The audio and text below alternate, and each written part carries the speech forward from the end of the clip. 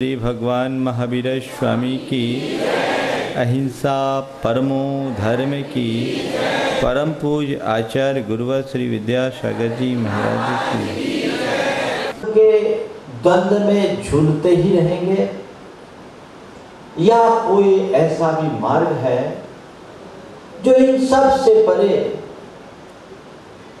परम शांति और स्थिरता मूलक जीवन जीने की प्रेरणा देता है। थोड़ा हम देखें कि हमारे मन की स्थिति क्या होती है। एक पल में हमारा मन कहां से कैसा हो जाता है। आप कहीं जा रहे हैं, एक आदमी कहीं जा रहा, बहुत जोर से प्यास लगी, गर्मी प्रचंड है, प्यास से पीड़ित होकर कहीं पानी तलाशना चाहा और एक बड़ी बिल्डिंग के नीचे जाके खड़ा हो गया। बिल्डिंग की खिड़की से मालिक ने झांका और पूछा, तुम्हारे चेहरे से ऐसा लगता है कि तुम बहुत प्यासे हो, पानी पीना है? अगर मिल जाए तो बहुत कृपा होगी, अभी लाता हूं। मन में क्या प्रतिक्रिया हो रही? बड़ा सज्जन आदमी बिना मांगे पानी के लिए अनुरोध कर रहा है, कितना अच्छा आदमी। अब पानी लाएगा, पीऊंगा, गला तर हो जाएगा। लेकिन ये क्या, वो आदमी गया सो लौट कर नहीं आया। 1 minute, 2 minute, 3 minute, 4 minute, 10 minute हो गए। मैं आपसे पूछता हूं, अब आपके मन में क्या भाव आएगा? क्या भाव आएगा? ये आदमी है कि नाटकबाज? अरे पानी नहीं पिलाना था तो कहने की क्या जरूरत थी, मांगने थोड़ी गए थे। 10 मिनट हो गया, केवल ऊपर से अपनी दरियादिली दिखा रहा था, पानी आने इसको पिलाना कहां था? मन में यही प्रतिक्रिया होगी ना। आप सोच ही रहे हैं, तब तक वो फिर आया, बोला भाई साहब माफ करना, मुझे आने में विलंब हो रहा है। भाई साहब मुझे माफ करना, मुझे आने में विलंब हो रहा है। मैंने सोचा प्रचंड गर्मी है, आपको प्यास तेज लग रही है, तो केवल पानी से क्या होगा, सोचा शरबत का प्रबंध कर दो, इसलिए इतना टाइम लग गया है। क्या विचार आएगा? अरे बड़ा ही आदमी नहीं, देवता। एक ही आदमी थोड़ी देर पहले अच्छा था, फिर बुरा हो गया, बाद में अच्छा हो गया, पानी अभी तक नहीं आया। ये हमारे मन का खेल। मन का खेल बड़ा विचित्र है। वो पल में प्रसन्न होता है, पल में खिन्न होता है। हमारे मन में क्षण में उबार आता है और क्षण में उतार आता है। प्रसंग और परिस्थितियां बनती है, बदलती है, हमारा मन उससे प्रभावित होता है, तो कभी ऊपर तो कभी नीचे होता रहता है सारी जिंदगी। मनुष्य की उद्विग्नता, व्यग्रता, बेचैनी, दुख और द्वंद्व का मूल केवल यही है कि उसके मन में स्थिरता नहीं है। मन निमित्तों के पीछे भागता है, अनुकूल लगने पर खुश हो जाता है और प्रतिकूल होने पर वह नाखुश हो जाता है। पल में जो मित्र है वो शत्रु लगने लगता है।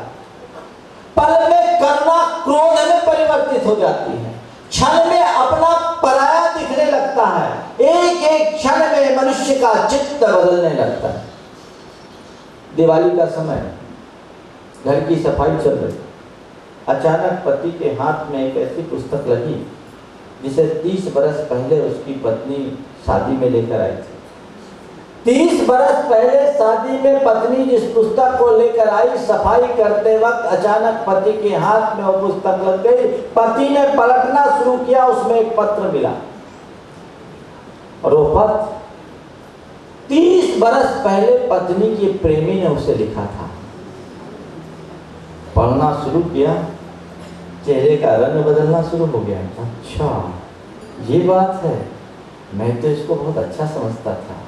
यह है इसकी असलियत, यह तो नंबर 1 की उल्टा। क्या हो गया? कुछ क्षण पहले तक पत्नी प्राण प्रिया थी, अब उसमें उल्टा की शक्ल नजर आने लगी। मामला क्या है? पत्नी वही है, पत्नी का व्यवहार वही है, फिर भी अभी तक जो पत्नी सुख देनी थी, सुख देती थी, अब वो फूटी आंख नहीं छुआ रही। कारण क्या है? क्या बदला? कुछ नहीं बदला। पत्नी के प्रति हमारा नजरिया बदल गया। जो पत्नी अभी तक हमें बहुत प्रिय दिखती थी, बड़ी अप्रिय दिखती है। बेटा प्राणों से प्यारा, जिसके गुण गाते नहीं अघाते, लेकिन शादी की अरमानों से भरकर बेटे की, और अरमानों से भरकर बेटे की शादी की, नई बहू घर में आई और किसी दिन किसी बात को लेकर दोनों में बहस हो गई। बेटे ने अपना घर अलग बसा दिया। कल तक बेटा श्रवण कुमार दिखता था, अब उसमें कंस की छवि दिखने लगी। अंतर क्या? ये कुछ उदाहरण है जो हमारे मन में पल में शांति और पल में अशांति हो जाती है। और मजे की बात तो यह है कि जो हमारी शांति का वाहक बनता है वही अशांति का कारण बन जाता है। अखबार में समाचार छपा, 1 करोड़ की लॉटरी निकल गई। खुशी खुशी होगी? आपकी लॉटरी निकलेगी, आपको खुशी होगी कि नहीं होगी? बता महाराज, इससे खुशी की बात क्या? कोई जुगाड़ बता दो, हमारी लॉटरी खुल जाए। आप तो यही चाहोगे। 1 करोड़ की लॉटरी खुल गई, समाचार मिला, फूला न समाया, सारे मित्रों और शुभचिंतकों ने बधाइयां दी और शाम की पार्टी में 20,000 फूंक दी। बहुत खुशी, आज अखबार पढ़े मेरी लॉटरी खुली, बड़ी प्रसन्नता है, शाम को 20,000 की पार्टी दे दी। अगले दिन फिर अखबार आया, उस अखबार के पहले ही पन्ने पर लिखा था भूल सुधार। भूल सुधार कल के समाचार में जो 7 डिजिट थे उसमें बाकी सब ठीक था, शुरुआत में जो 4 लिखा था उसकी जगह 3 पढ़ लेना। आदमी माथे पर अखबार रख कर रह गया। जो अखबार कल सुख का संदेश लेकर आया था, वही अखबार अब दुख की वजह बन गया। ये हमारे मन की प्रवृत्तियां हैं जो पल पल में बदलती है। इसकी वजह क्या है? इसकी वजह केवल एक ही है, वह है निमित्ताधीन दृष्टि। मनुष्य प्रसंग और परिस्थितियों से बुरी तरह प्रभावित होता है, और जो मनुष्य बाह्य प्रसंगों और परिस्थितियों से प्रभावित होगा वो कभी सुखी नहीं होगा। क्योंकि प्रसंग और परिस्थितियां हमारे हाथ में नहीं है, वो हमारे नसीब के हाथ में है, वो हमारे तकदीर के हाथ में है। प्रसंग और परिस्थितियां हमारे हाथ में नहीं है, लेकिन संत कहते हैं तुम्हारी प्रसन्नता तुम्हारे हाथ में है। अगर तुम चाहो तो हर प्रसंग में प्रसन्न हो सकते हो, हर परिस्थिति में तुम आनंदित रह सकते हो, यदि तुम चाहो तो। ये तुम्हारे हाथ में है। ये तुम पर निर्भर करता है कि तुम किस तरीके से रहना चाहते हो। जो मनुष्य जीवन और जीवन की व्यवस्था को समझता है, उसके मन में ऐसा द्वंद नहीं रहता। वो हर हाल में संतुष्ट और मस्त होकर के जीने का आदी होता है। काश हमारे पास ऐसी समझ हो। उस समझ के लिए ही भारत में हमेशा ये प्रेरणा दी गई कि अपने जीवन में आध्यात्मिकता का संचार करो, अध्यात्म को आत्मसात करके चलो। ध्यान रखो, तकदीर तुम्हारे हाथ में नहीं है, लेकिन जीवन की तदबीर तुम्हारे हाथ में है। तकदीर तुम्हारे हाथ में नहीं है, तदबीर तुम्हारे हाथ में है। यदि तुम जीने की कला सीखोगे तो फूटी तकदीर में भी आनंदित होकर के जी सकते हो, और जीने की कला से अनभिज्ञ हो, जीने की कला से अनभिज्ञ हो तो तुम चाहे कितने भी किस्मत बाज क्यों ना हो, रात दिन रोते रोते जी सकते हो। आजकल लोगों से जब बात करें तो प्रायः आदमी अपनी किस्मत को कोसता है। एक बड़े धनपति मेरे पास आए और उन्होंने अपना रोना रोते हुए कहा कि महाराज मैं क्या कहूं, मेरे पास बहुत कुछ है, कम से कम 50 करोड़ का आदमी, घर है, बंगला है, कार है, फैक्ट्री है, जमीन जायदाद है, किसी चीज की कमी नहीं है, पर महाराज बड़ी तकलीफ है। मैंने कहा क्या बात की तकलीफ है? मेरे बेटे कहना नहीं मानते महाराज, हमारे भाग्य में सुख ही नहीं लिखा लगता है। सब बेटे उनका एक वाक्य जो बहुत पीड़ा से भर कर उन्होंने प्रकट किया, महाराज मेरे पास सब है पर मेरा कोई नहीं। मेरे पास सब है, मेरा कोई नहीं। मैंने कहा यही तुम्हारी चूक है। सच्चे अर्थों में जो तुम्हारा उसे तुमने आज तक पहचाना नहीं, और जो तुम्हारा नहीं है उसको मेरा माना, इसलिए रो रहे हो। तुमने सोचा ये संपत्ति मेरी है, तुमने सोचा कि ये बंगला मेरा है, तुमने सोचा कि ये कार मेरी है, तुम्हारी फैक्ट्री है, तुम्हारे बच्चे हैं, तुमने ये सब तो सोचा, पर तुमने कभी ये नहीं सोचा कि खुशी मेरी है, जिंदगी मेरी है। तुमने सब चीजों का मूल्यांकन किया, अपनी खुशी की तरफ ध्यान नहीं दिया। यही तुम्हारे जीवन की चूक है।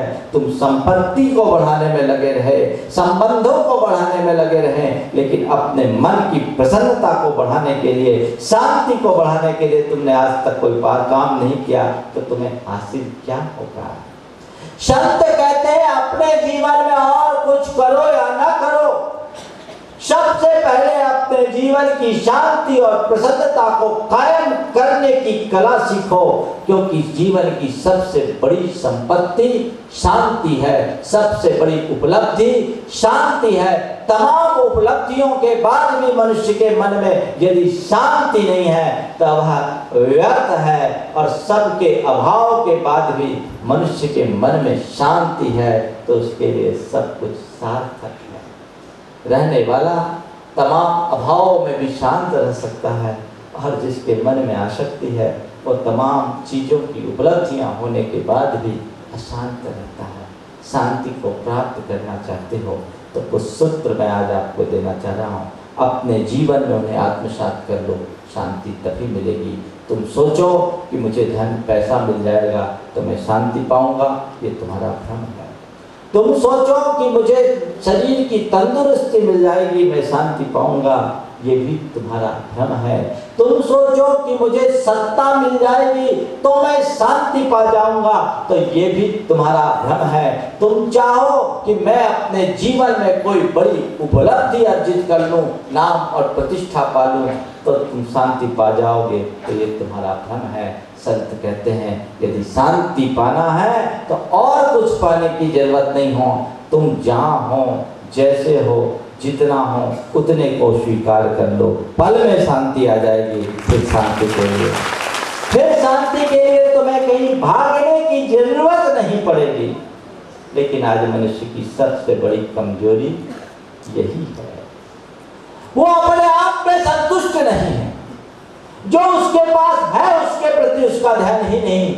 जीवन में शांति कैसे आएगी? संत कहते शांति का पहला मार्ग संतुष्टि है, सैटिस्फैक्शन। जहां तुम हो, जैसे हो, जिस स्थिति में हो उतने में संतुष्ट हो जाओ, आपके जीवन में कभी दुख नहीं होगा। और यदि उसके विरुद्ध जाओगे तो सिवाय दुखों के और कुछ नहीं पाओगे। आज दुनिया के लोगों की यही दशा है, उनके पास जो है उससे संतोष नहीं, जो है उस पर उनकी दृष्टि नहीं, जो नहीं है उसके पीछे पागल है। कोयल के बच्चे ने अपनी माँ से कहा कि माँ, मेरे ये काले काले पंख मुझे अच्छे नहीं लगते, मुझे मोर जैसा सुंदर पंख चाहिए। कोयल ने कहा कि बेटे, अपने ये पंख अच्छे हैं, इनको रखो, ये अच्छे हैं। नहीं माँ, मुझे तो मोर जैसे सुंदर पंख चाहिए। कोयल क्या करे? बच्चा मचल उठा, और जब बच्चे मचलते हैं तो केवल मचलते हैं, उन्हें माँ बाप की मजबूरियों का कोई एहसास और आभास नहीं। वो मचला से एकदम मचल उठा। अब बच्चे का मन रखने के कारण के लिए माँ मोर के पास पहुंची और उससे कहा कि मोर भैया, मेरा बेटा तुम्हारे पंखों के लिए मचल रहा है, तुम्हारे पंख बहुत सुंदर है, यदि एक आध पंख दे दो तो मेरे बेटे का मन हो जाएगा। कोयल की की प्रार्थना सुनकर मोर ने अपने पंख झड़ाए। कोयल उसमें से एक पंख उठाकर अपने बच्चे को लगा दी। मोर का पंख पाते ही कोयल का बच्चा हर्ष विभोर होकर कूकने लगा, और जैसे ही कोयल के बच्चे ने मधुर कूक की, मोर का बच्चा रोने लगा। कोयल के बच्चे ने जैसे ही मधुर कूक की, मोर का बच्चा रोने लगा। उसने अपनी माँ से कहा, माँ मेरी आवाज बहुत बेसुरी और भौड़ी है, मुझे कोयल जैसी मधुर आवाज चाहिए। ये संसार की दशा। कोयल का बच्चा मोर के पंख के पीछे पागल है, और मोर का बच्चा कोयल की आवाज के पीछे बेभान है। संत कहते हैं, काश मोर अपने पंख का आनंद ले और कोयल अपनी आवाज का आनंद ले, तो उनसे बड़ा सुखी संसार में कोई दूसरा नहीं हो सकता। लेकिन आज यही दशा है। रविन्द्रनाथ टैगोर की ये पंक्तियां बड़ी सार्थक जस्ती है कि छोड़कर निश्वास कहता है नदी का यह किनारा। छोड़कर निश्वास कहता है नदी का यह किनारा, उस पार ही क्यों बह रहा है जगत भर का हर्ष सारा। छोड़कर निश्वास कहता है नदी का यह किनारा, उस पार ही क्यों बह रहा है जगत भर का हर्ष सारा। किंतु लंबी श्वास लेकर यह किनारा कह रहा है, किंतु लंबी श्वास लेकर यह किनारा कह रहा है, हाय रे हर एक सुख उस पार ही क्यों बह रहा है। समझ में आया नहीं है? छोड़कर निश्वास कहता है नदी का यह किनारा, उस पार ही क्यों बह रहा है जगत भर का हर्ष सारा। किंतु लंबी सांस लेकर यह किनारा कह रहा है, हाय रे हर एक सुख उस पार ही क्यों बह रहा है। मुश्किल यही है, इस किनारे वाले को उस किनारे और उस किनारे वाले को इस किनारे ही अच्छा लगता है, इसीलिए वे पार नहीं लगता। जीवन के दुख का मूल है तुम्हारा असंतोष, तुम्हारा अभाव नहीं, तुम्हारा अभाव नहीं।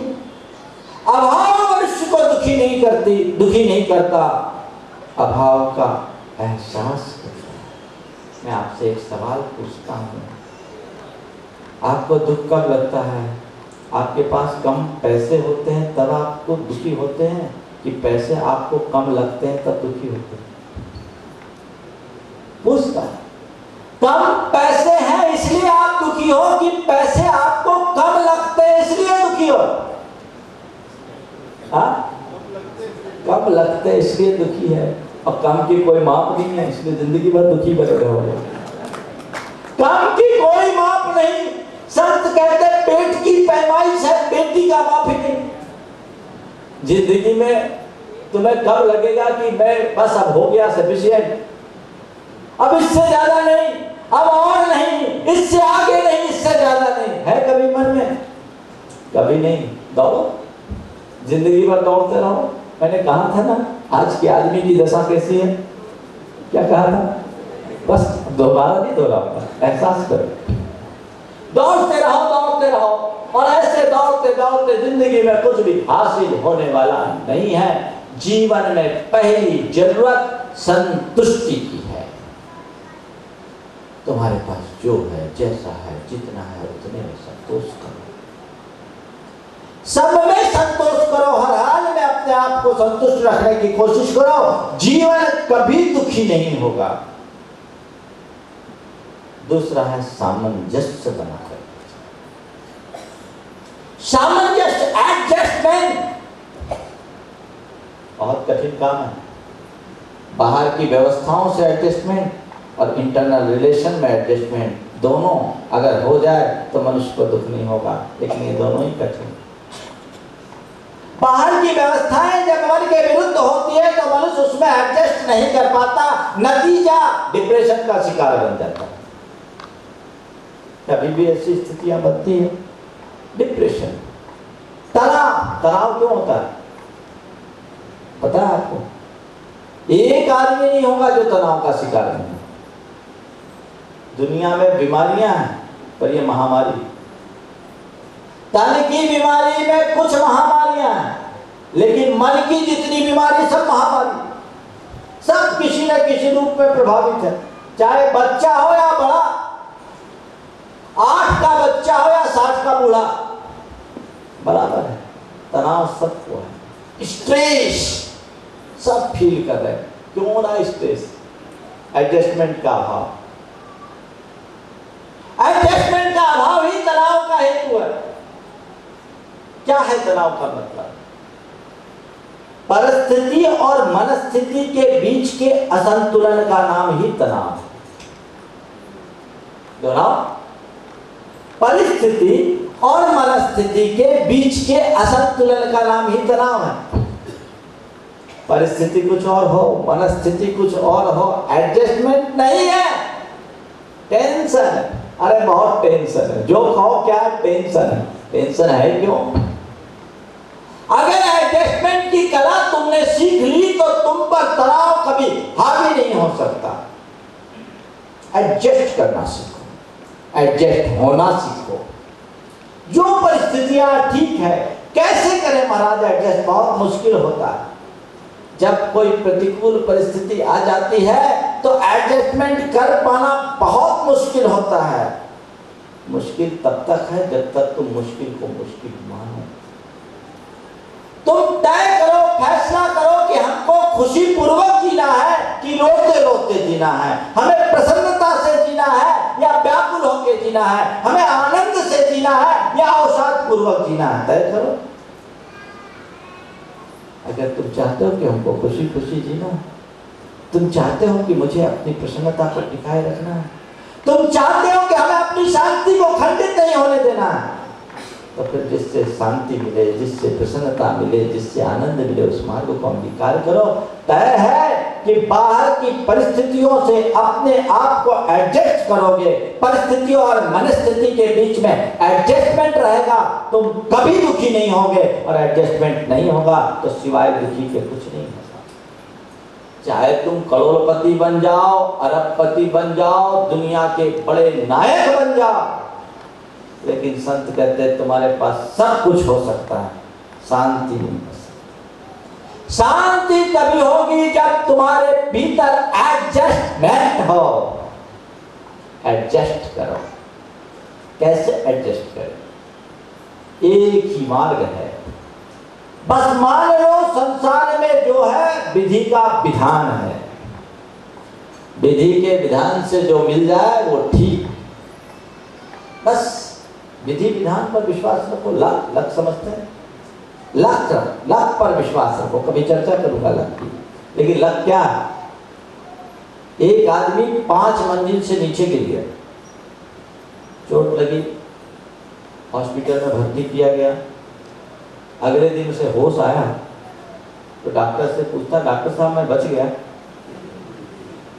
एक आदमी 5 मंजिल से नीचे गिरा, चोट लगी, हॉस्पिटल में भर्ती हुआ, अगले दिन होश आया, उससे पूछा, वो होश आते ही उसने डॉक्टर से पूछा, डॉक्टर साहब क्या मैं बच गया? डॉक्टर ने कहा भैया तुम तो बच गए, पर जिस पर गिरे वो मर गया।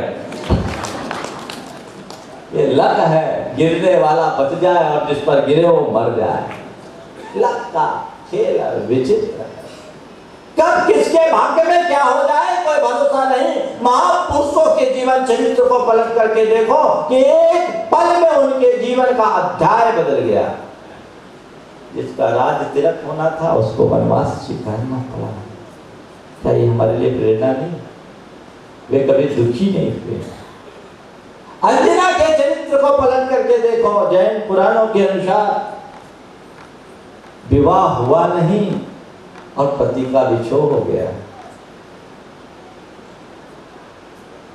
और योग मिला तो ऐसी विपत्ति के रूप में मिला कि पति के घर से भी ठुकरा दी गई और पिता के घर से भी ठुकरा दी गई। कथा मैं पूरी नहीं सुना रहा हूं, पर उसका आशय बता रहा हूं। जैन पुराणों के अनुसार हनुमान की मां अंजना पौनंजय की पत्नी थी। पौनंजय से विवाह हुआ और पौनंजय को कुछ गलत फहमी हो गई तो 22 वर्ष तक उसने अपनी पत्नी का मुंह नहीं देखा। और एक रोज ख्याल आया तो युद्ध के मैदान में ख्याल आया कि मैंने अपनी पत्नी के साथ अन्याय किया है। अंजना ने कभी कोई शिकायत नहीं की। युद्ध के मैदान से वो लौटकर गुप्त रूप से पत्नी से मिलने आया और पत्नी के साथ रात बिताकर वापस लौट गया। किसी को पता नहीं चला, लेकिन पत्नी गर्भवती हो गई। पत्नी गर्भवती हो गई और अब कोई मानने के लिए तैयार नहीं कि ये गर्भ पवनंजय का है। अंजना क्या कहे? अब पति जब युद्ध से लौट कर आएगा तभी ना कुछ होगा। उस समय उसे घर से निकाल दिया गया। पति के घर से निकाला गया। सोची पिता के घर चले जाऊं तो पिता का दरवाजा भी बंद हो गया। ऐसी कुलच्छी स्त्री को मैं अपने घर प्रवेश नहीं दूंगा, इसने मेरे घर को कलंकित कर दिया। अंजना कहाँ गई? कहीं रोई, गुहार लगाई, किसी पर आरोप लगाया, किसी की शिकायत की? उसने देखा घबराने की कोई नहीं। मेरी परिस्थिति अभी अनुकूल नहीं है, अब मुझे वहीं जाना है जो नियति को मंजूर हो। पेट में हनुमान है। जैन परंपरा के अनुसार हनुमान कामदेव मनुष्य थे और उसी भाव में मोक्ष गए, मोक्षगामी महापुरुष। ऐसे पुण्यात्मा जीव पेट में है और मां पर विपत्ति आ गई। लेकिन धन है वो अंजना जिसने साहस और पराक्रम का परिचय देते हुए एक पल को दुखी नहीं हुई, सीधे जंगलों में चली और जंगल में हनुमान को जन्म दिया। हम सोचे हम क्या करें? यदि परिस्थिति है और कैसी भी परिस्थिति है, यदि उस समय अपने आप को उससे एडजस्ट करना है तो आप ये मान करके चले कि हम जो है जैसा है उसको स्वीकार करें। मेरे भाग्य में जो लिखा है उसे हम स्वीकार करेंगे। अच्छे को भी स्वीकार करेंगे और बुरे को भी स्वीकार करेंगे। जमाई का भी स्वागत करेंगे और चाचा का भी स्वागत करो। तो एडजस्टमेंट करिए, सब परिस्थितियों को एडजस्ट करना सीख लीजिए। आप देखो कई जगह तो आप लोग एडजस्टमेंट में माहिर हैं। दुकान में ग्राहक आता है, हाँ? और जो आपका परमानेंट कस्टमर है, यदि कुछ गड़बड़ होता है और आपके यहाँ से कोई सामान ले करके जाता है, वापस करता है, तो आप क्या करते हैं? एडजस्ट करते हैं कि नहीं करते हैं? क्यों करते हैं? लौटा क्यों नहीं देते हैं? नहीं, हम बिका हुआ माल हम वापस नहीं लेंगे। नहीं महाराज, गड़बड़ हो जाएगा, एक ग्राहक है, अगर हम इसको वापस कर देंगे तो हमेशा को वापस हो जाएगा, नुकसान हो जाएगा। मनुष्य को जहां नुकसान की अनुभूति होती है या जहां नुकसान का एहसास होता है, वहां वो सावधान हो जाता है, एडजस्ट कर लेता है। संत कहते हैं बाहर की क्षति तुम्हें क्षति दिखाई पड़ती है तो तुम वहां एडजस्टमेंट कर लेते हो। जिस दिन तुम्हें भीतर की क्षति दिखने लगेगी, एडजस्टमेंट अपने आप प्रकट हो जाएगा। एडजस्टमेंट करना सीखो, कैसे भीतर की क्षति को हम एडजस्ट कर सकें। इसके अलावा कोई रास्ता नहीं। हम कोई भी परिस्थिति बने, एक चीज, दो सूत्र देता हूं जिसको याद करो, जिंदगी भर कभी एडजस्टमेंट के विषय में सोचना नहीं पड़ेगा। किसी के साथ भी एडजस्ट हो जाओगे और कहीं भी एडजस्ट हो जाओगे। क्या है? दो बातें याद रखो, जो होता है सही होता है और जो होना होता है वही होता है। बहुत साधारण से बात, खुशियां बरकरार रखना है। केवल दो बातें अपने जेहन में उतार लो। क्या? जो होता है सही होता है और जो होना होता है वही। कुछ भी हो, उल्टा हो तो सही, सीधा हो तो सही, कैसा भी हो जाए, जो होता है सही होता है। महाराज गड़बड़ हो जाएगा, गड़बड़ नहीं होगा। ये दोनों अपनी अपनी जगह अर्ध सत्य है, हर जगह फॉलो मत करना। तो कोई किसी के घर जाके मर गया और तुम उसके यहाँ जाकर के कहे जवान बेटा मरा, और कहो जो होता है सही होता है। और दूसरा जो होना होता वही होता, ड्राइविंग सीट पर बैठो, आंख मूंद कर गाड़ी चला, बोला जो होना होता वही होता। महाराज ने बोला था ऐसा मत कर देना भैया। मैं ये दोनों बातें कब के लिए कह रहा हूं इसे समझो।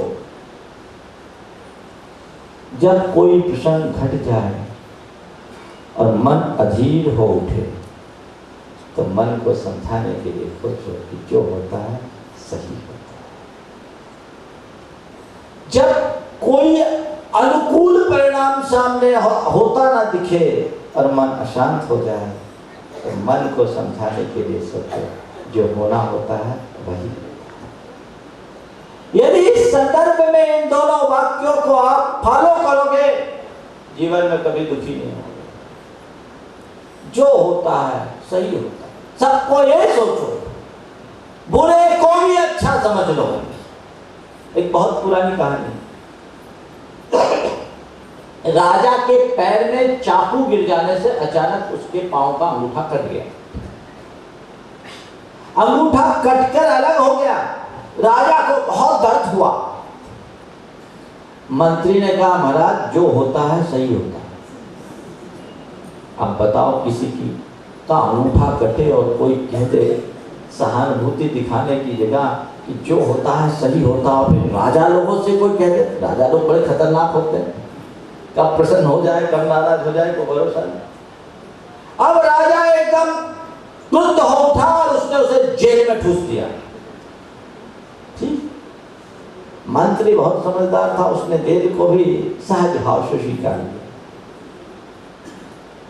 एक रोज राजा शिकार करने के लिए रास्ते में भटक गया और भटक करके एकदम अकेला पड़ा और आदिवासियों के भीलों के एक ऐसे इलाके में फंस गया कि जहां से बाहर निकलने का उसको कोई रास्ता पता नहीं था।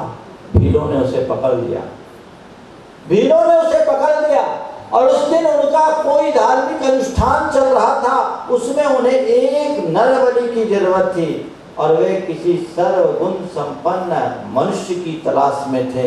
राजा को देखा तो सोचा इससे अच्छा आदमी और कोई नहीं मिलेगा। राजा को पकड़ करके बलि वेदी पर ले जाया गया। राजा सोचा हे भगवान आज तो फंसा, अब कोई उपाय नहीं। राजा था वो अपने राज्य के लिए, यहाँ तो उसकी दशा भिखारी से भी गई बीती हो गई। अब क्या करे, कोई उपाय नहीं, निरुपाय, एकदम निरुपाय। तो फिर क्या, राजपुरोहित, उनका पुरोहित आया आदिवासियों का, उसने राजा के संपूर्ण शरीर को देखा और जैसे ही उसके अंगूठे पर नजर पड़ी, उसने कहा यह आदमी अपने काम का नहीं, ये आदमी अपने काम का नहीं है, क्योंकि ये छिन्न अंग है, इसका अंगूठा कटा हुआ है, इसको वापस करो। उसको छोड़ दिया गया। जैसे ही उसे छोड़ा गया, राजा को मंत्री की बात याद आई, जो होता है सही होता है, जो होता है सही होता है। राजा को बात याद आई। अब राजा लौट कर आया, सबसे पहले उसने मंत्री को मुक्त किया और मंत्री से कहा कि तुमने बिल्कुल सही कहा था, जो होता है सही होता है। उस दिन मेरा अंगूठा नहीं कटा होता तो आज गला कट गया होता। जो होता है सही होता है, उस दिन मेरा अंगूठा नहीं कटा होता तो आज गला कट गया होता। लेकिन मुझे एक बात समझ में नहीं आई, मेरा अंगूठा कटना तो मेरे लिए सही हुआ, पर तुम्हारा बोलना तुम्हारे लिए कैसे सही हुआ? तुम तो जेल में चले। मेरा अंगूठा कटना तो मेरे लिए सही हुआ, पर तुम्हारा बोलना तुम्हारे लिए कैसे सही हुआ? उसने कहा महाराज बिल्कुल सही हुआ, यदि आप मुझे जेल में नहीं भेजे होते तो आपके साथ मैं भी होता, आप तो बच गए होते, मैं बलि का बकरा बना होता। है ना? सोच, कोई भी प्रसंग बने, कोई भी घटना घटे, एक ही चीज आप अपने जहन में बैठा लीजिए, जो होता है सही। गलत को सही मानना शुरू कर दो, एडजस्टमेंट हो जाएगा। ये एडजस्टमेंट अभी मैं बोल रहा हूँ बाहर के प्रसंगों और परिस्थितियों से, एक दूसरों के व्यवहार का एडजस्टमेंट की चर्चा थोड़ी देर बात करेंगे। एडजस्ट कर, जहां एडजस्टमेंट है वहां शांति है, और जहां एडजस्टमेंट नहीं है वहां सिरदर्द। आपने देखा बीना होते हैं, बीना सितार, 7 तार होते हैं, 7 तार अलग अलग रहते हैं, लेकिन जब आप उसमें अपनी उंगलियों का स्पंदन देते हैं तो क्या होता है? मधुर संगीत फूटता है। बीना के तारों पर उंगलियां चलाने से मधुर संगीत फूटता है। कब? जब उन 7 तारों में म्यूचुअल एडजस्टमेंट होता है, तब वो 7 के 7 तार एक दूसरे के मध्य सामंजस्य बनाए रखते हैं, तब उसमें से सुर फूटता है, संगीत प्रकट होता है। और यदि उसमें एडजस्टमेंट ना होता सिरदर्द बन जाएगा। संत कहते हैं जिसके जीवन में एडजस्टमेंट है उसका जीवन बीना के तार की तरह झंकृत रहता है, और जिसके जीवन में एडजस्टमेंट नहीं उसका जीवन सिरदर्द बना है। तय करिए अब हम हर चीज में, हर हालात में अपने आप को एडजस्ट करके जीना सीखेंगे, जीना शुरू करेंगे।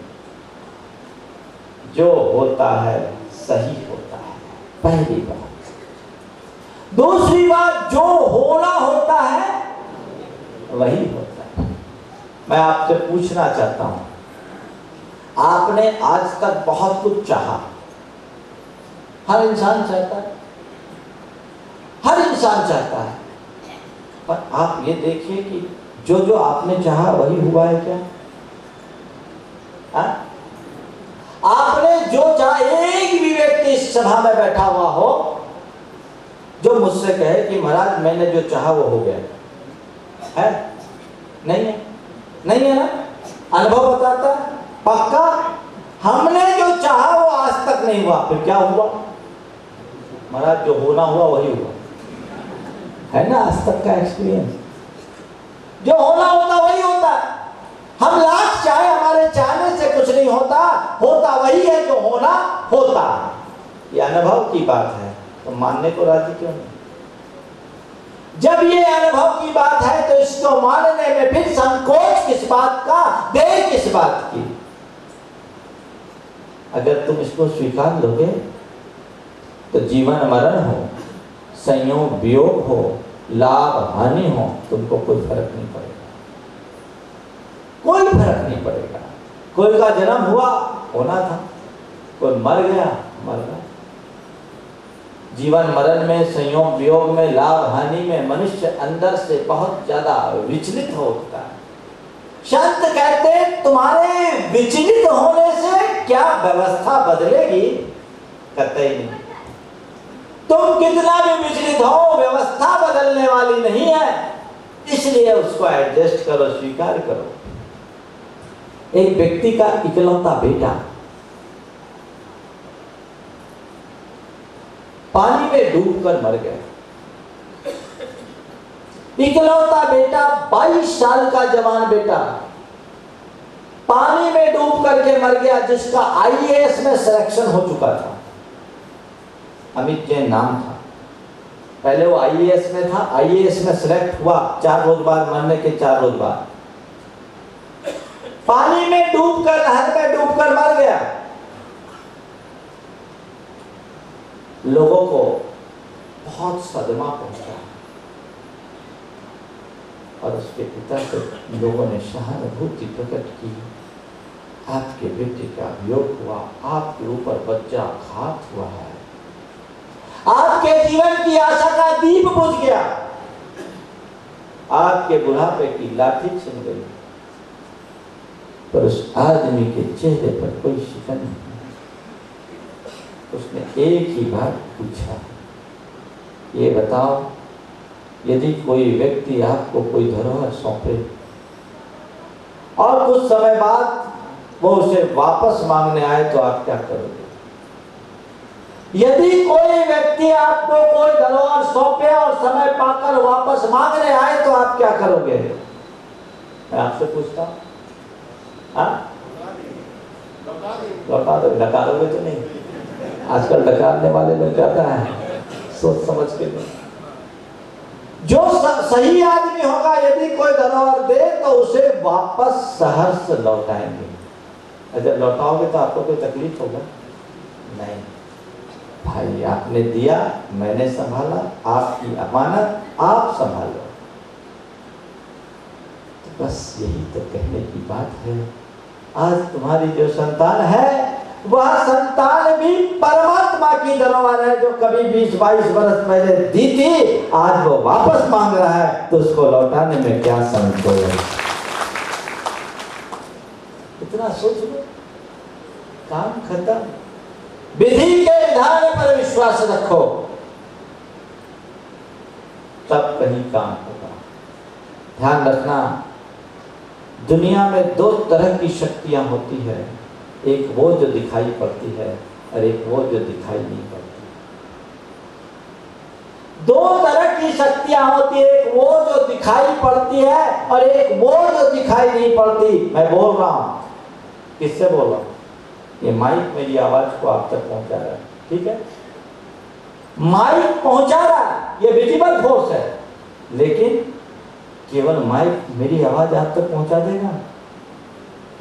माइक तब पहुंचाएगा जब मेरे भीतर से बोल फूटेंगे। ये भीतर का इनविजिबल फोर्स है, अदृश्य शक्ति है। मनुष्य बाहरी शक्तियों के पीछे तो भागता है, भीतरी शक्ति को पहचानने की कोशिश नहीं करता, इसीलिए उसके जीवन में एडजस्टमेंट नहीं हो पाता। ये भीतर की शक्ति क्या है? तुम्हारी विधि का विधान स्वीकार करो। विधि के विधान को स्वीकारोगे, तुम्हारे जीवन में एडजस्टमेंट बना रहेगा। इसलिए सामंजस्य बना करके चलना सीखें। महाराज, रिलेशन में एडजस्टमेंट कैसे करें? ध्यान रखो, एडजस्टमेंट का नाम ही रिलेशन है। अगर आप में एडजस्टमेंट है तो आप रिलेशन को मेंटेन करने में समर्थ हो, और अगर एडजस्टमेंट की पावर नहीं तो कभी मेंटेन नहीं कर सकते। क्या करें महाराज, उस समय बहुत तकलीफ हो जाती है जब कोई कड़वी बात कह देता है। और बातें तो एडजस्ट कर देते हैं, लेकिन किसी की 2 ऊंची बातें बर्दाश्त नहीं होती, बहुत तकलीफ होती है। ठीक, मैं आपसे पूछना चाहता हूँ, आप एडजस्टमेंट नहीं करते, अच्छी बात है, नतीजा क्या आता है? अगर किसी की बात को सह लेने में शांति है तो हमको सह लेना चाहिए।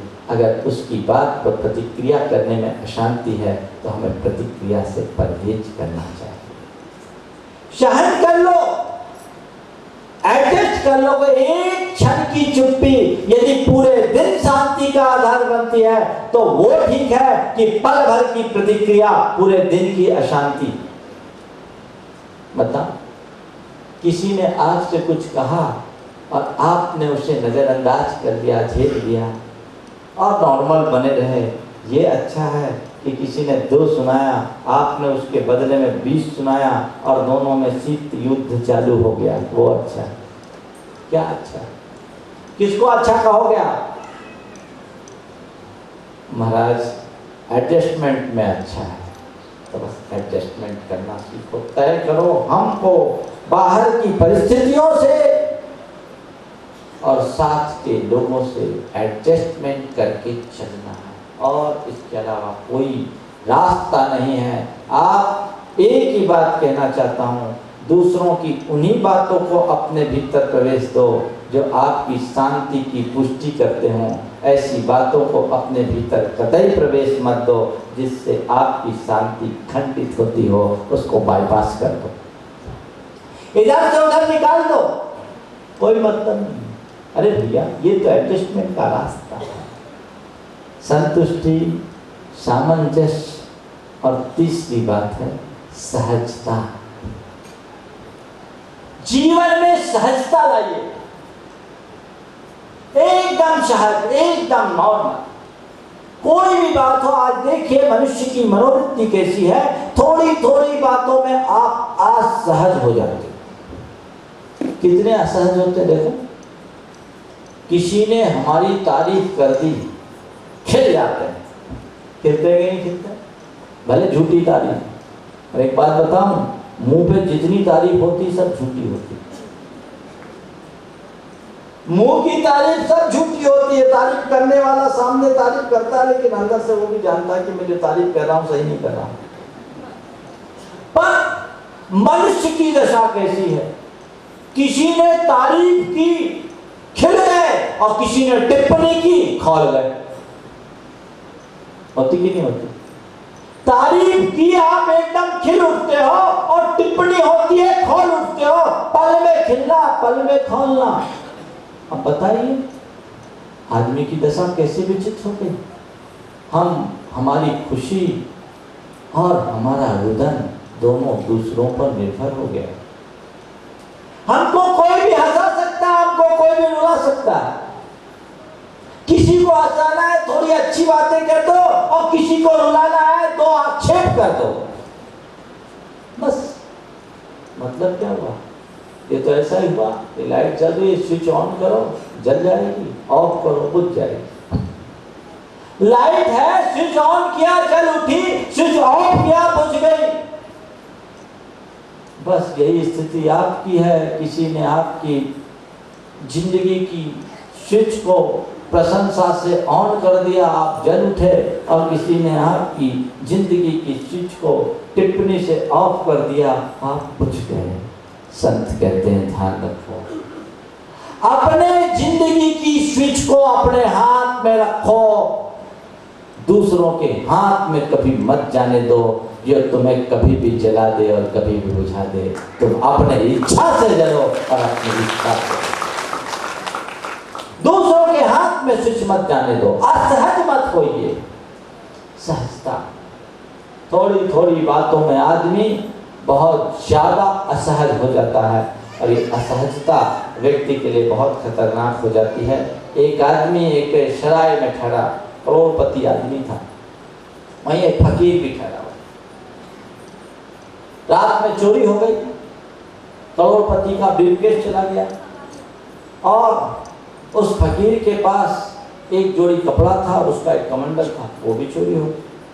फकीर एकदम नॉर्मल था लेकिन सेठ का चेहरा एकदम म्लान हो उठा था, मुरझाया हुआ था, उसको बहुत चैन नहीं पड़ रही। मेरा सब चला गया, सब चला गया, बहुत बुरा हो गया, बहुत बुरा हो गया। फकीर सेठ के पास पहुंचा, उसने पूछा, मैंने सुना है आप तो करोड़पति हो। आप करोड़पति तो हैं। बोले कितने के? कम से कम 10 करोड़ के एसेट्स तो होंगे। बोले अच्छा, आपकी अटैची में कितना था? बोले कुछ नहीं, कोई 50,000 रुपये की चीजें हैं। फकीर हंसा और उसने पूछा कि 10 करोड़ के आगे 50,000 कितना परसेंट होता है? कितना परसेंट होगा भैया? गणित तो जानते हो कितना परसेंट? 0.5% भी नहीं हो। आपका 0.5% गया और आप रो रहे हो। हमको देखो, मेरा 100% चला गया, फिर भी हम हंस रहे। तुम्हारा 0.5% गया तो भी तुम रो रहे हो और हमारा 100% चला गया तो भी हमको चिंता नहीं। बंधुओं, जीवन का आनंद किसके हाथ में है? हम अपनी सहजता को खंडित न होने दें, उसे यथासंभव मेंटेन करने की कला सीखें। यदि ये मेंटेन होने लगती है तो जिंदगी में एक अलग रस, एक अलग आनंद है। और यदि ये सहजता हमारे जीवन में नहीं है तो फिर हम कभी भी अपने जीवन को सुखी नहीं कर सकते। इसलिए संतुष्टि, सामंजस्य, सहजता, और फिर चौथे नंबर की बात है वह है सादगी। सादगी प्रधान बनिए। आज लोगों की जिंदगी से सादगी दिखती नहीं। हर आदमी कृत्रिम आवरण को ओढ़े हुए जीता है। इसलिए अपने अहम की पुष्टि के लिए लोग कहते हैं स्टेटस मेंटेन करना है, बड़ी मुश्किल है। आज लोग दूसरों के लिए मुस्कुराते, अपने लिए नहीं। बड़ी विचित्र दशा है। कल मैंने कहा था अपने प्रति ईमानदार रहो। आदमी अपने प्रति बेईमान हो गया। जो उसको, जिससे उसको संतुष्टि मिले, जो उसके जीवन के लिए उपयोगी है, मनुष्य का ध्यान उसके प्रति ना हो करके हमेशा दूसरों के प्रति केंद्रित रहता है, जिससे दूसरे हमको अच्छा कहें। लोग ये तो कोशिश करते हैं कि हम अच्छे दिखें, लोग ये कोशिश नहीं करते कि हम अच्छा बने। संत कहते हैं जिन्हें अच्छा बनने की चाह होती है वे सादगी को अंगीकार करते हैं, और जो अच्छा दिखने की चाह में रहते हैं वे आज की फैशन में उलझ जाते हैं, जीवन में दुख पाते हैं।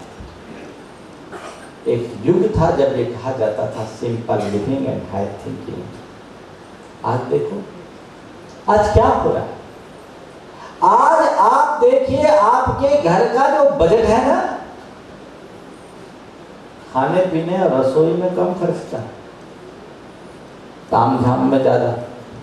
हिसाब लगा करके देखना सब लोग, महीने का तुम्हारा कितना खर्च तुम्हारी दाल रोटी में लगता है और कितना खर्च ताम झाम में जाता है। विचार करो, दाल रोटी तुम्हारे अपने लिए है, शरीर का कपड़ा लत्ता भी तुम्हारे अपने लिए है, घर का रखरखाव भी तुम्हारे अपने लिए है। तुम अपने लिए कितना लगाते हो, अपने परिवार के लिए कितना लगाते हो, और दूसरों के लिए कितना खर्चते हो। होता है ये अहम पुष्टि का कारण बनता है और अशांति को जन्म देती है। इसी से मनुष्य के जीवन में दुविधा आती है, आसक्ति बढ़ती है, मनुष्य बेचैन और उद्विग्न होता जाता है। ऐसी उद्विग्नता, ऐसी बेचैनी को दूर करना चाहते हो तो इन सब बातों को अपने जीवन में आत्मसात करो। कब जीवन का क्रम पलट जाए कोई भरोसा नहीं है, इसलिए नई बातें सीखिए। आप अपने बच्चों को सिखाते हैं ABCD, उसका अल्फाबेट क्या है? A for apple, B for ball, C for cat, D for dog, E for elephant. ऐसे Z तक बता देंगे, A से Z तक का अल्फाबेट बता देंगे, लेकिन आज का अल्फाबेट बदल गया। सावधान हो जाना, जिंदगी कब बिगड़ जाएगी पता नहीं। तुम्हारा अल्फाबेट बिगड़ गया, तुम्हारे बेटे और पोते का अल्फाबेट तो A से Z तक होगा मैं मान लूं, लेकिन तुम्हारी जिंदगी का अल्फाबेट अब खत्म हो चुका। सावधान हो जाओ। क्या है? A for attack, B for bypass, C for cholesterol, D for diabetes. ठीक? A for attack, B for bypass, C for cholesterol, D for diabetes और E फॉर एंड। जिंदगी का कब एंड हो जाए कोई पता नहीं, इसलिए एंड हो और हमारी लाइफ बैंड हो उसके पहले हम अपने स्टैंड को ठीक कर लें, अपनी लाइफ की स्टैंड को ठीक कर लें, अपनी अंडरस्टैंडिंग को सुधार लें, हमारा जीवन धन्य हो जाएगा। अन्यथा हम अपनी जिंदगी में कभी खुशी और शांति को प्राप्त करने में समर्थ नहीं हो सकेंगे। इसलिए प्रश्न मन की शांति का है। शांति तो मन में है ही, अशांति हम जन्म देते हैं अपने अज्ञानता के कारण। यदि हम जीवन और जीवन की व्यवस्था को ठीक रीति से समझ लेंगे तो निश्चित हम शांति और आनंद की अनुभूति करने में समर्थ हो सकेंगे। सभी के जीवन में यह परम शांति प्रकट हो सके और लोग अपने जीवन के परम आनंद का अनुभव कर सके। इसी भाव के साथ मैं अपनी वाणी को विराम दे रहा हूँ। आज अमित जी आपके बीच आए, वो ऐसे विधायक हैं, मुझे बताया कि बड़े झारखंड के सबसे युवा विधायक हैं। समाज को आज युवाओं को आगे बढ़ाने की ज़रूरत है। कभी युवाओं के विषय में भी चर्चा तो आप सबके बीच होनी है, लेकिन मैं उनसे इतना ही कहना चाहता हूँ, 3 दिन पहले मैंने जो बातें उनको कही उन्हें आज व्यक्त किया कि मुझे याद है। मैं इतना ही कहना चाहता हूँ, गुरुओं की बातों को याद रखोगे तो ज़िंदगी में दुनिया तुम्हें याद करेगी, और गुरुओं की बातों को याद रखोगे सारी दुनिया तुम्हें याद करते रहेगी, और उनको भूल जाओगे तो कहीं के नहीं रहोगे। हमारा उद्देश्य शासन के माध्यम से संस्कृति की रक्षा करने का होना चाहिए, और मैंने उन्हें संस्कृति की रक्षा के लिए ही प्रेरित किया। मुझे अच्छा लगा कि कम से कम उनको याद तो है, नहीं तो नेताओं का हाल बहुत बुरा होता है। बुरा नहीं मानो तो एक बात सुना, एक नेता मंत्री था, दौरे पर जाना था, उसका एक साहित्यकार मित्र उससे मिलने आया, बोला तो बहुत दिन बाद आया, चलो दौरे पे चलना है, कुछ देर मेरे साथ चलो, रास्ते में बातचीत भी हो जाएगी। बैठ गया, गाड़ी पर बातचीत हुई। उस दिन वो कई गांवों का दौरा किया, हर गांव में जाता, गांव के लोग अपनी समस्याएं बताते और वह हूँ हाँ करता, अपने पीए को बोलता भाई ये सब नोट करो, ये नोट करो, ये नोट करो, सब हो गया। 8 गांव का दौरा करके रात में घर लौटा। तो उसने पूछा कि भैया तुम रोज ऐसा करते? बोले हाँ, तो रोज राजनीति ऐसा ही काम होता है। बोले रोज करते? बोले हाँ। रोज इतने लोगों को सुनते हैं? बोले हाँ सुनता हूँ। बोले घर आके करते क्या? घर आके करते क्या? बोले कुछ नहीं, सबसे पहले मैं अपने कान का ठप्पा बाहर निकालता हूँ। सच में जिनके अंदर केवल राजनीति होती है वे कान में ठप्पा बांध करके चलते हैं, लेकिन जिनके अंदर राजनीति के साथ धर्म नीति जुड़ी होती है वे अपने कान खुले रखते हैं। अमित जी से मैं कहना चाहता हूँ, कान खुला रखना, हमेशा प्रगति करोगे, हमारा आशीर्वाद है। और संस्कृति की रक्षा में आगे बढ़ो, इसी शुभ भाव के साथ मैं विराम ले रहा हूँ। बोलिए परम पूज्य आचार्य गुरुवर।